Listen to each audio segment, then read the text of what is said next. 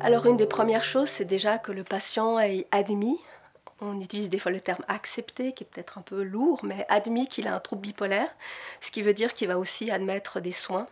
Et donc ça, c'est une première étape. Et bien sûr que l'étape suivante, ça va être la psychoéducation, qui va lui permettre de mieux connaître sa maladie, de connaître comment adapter ses stratégies en fonction de l'humeur qui descend, qui monte, l'hygiène de vie. Cette psychoéducation s'adresse aussi bien aux patients qu'à ses proches. Et puis ensuite, combiné bien sûr au traitement pharmacologique et le traitement de choix pour la stabilisation de l'humeur entre les épisodes, il va y avoir des interventions qu'on appelle psychosociales. Au-delà de la psychoéducation, c'est des interventions psychothérapeutiques, par exemple, qui s'adressent soit à la famille et le patient, qui régulent les rythmes interpersonnels. Il y a des thérapies qu'on appelle les thérapies cognitives comportementales.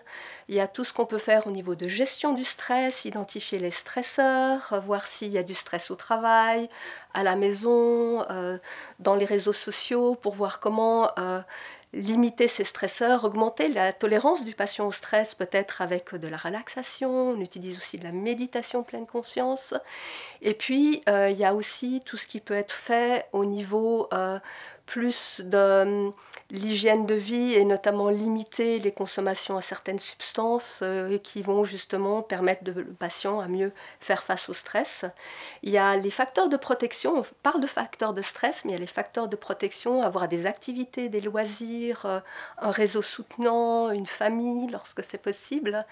Et puis il y a ces interventions, notamment la pratique de pleine conscience qui a été validée dans les dépressions unipolaires, donc des gens qui font que des dépressions. Mais maintenant, il y a des travaux qui, chez les bipolaires, montrent aussi que ça peut être utile pour mieux identifier l'humeur qui change, aussi développer des émotions positives, et puis beaucoup d'autocompassion, d'être plus bienveillant avec soi-même et savoir prendre soin de soi.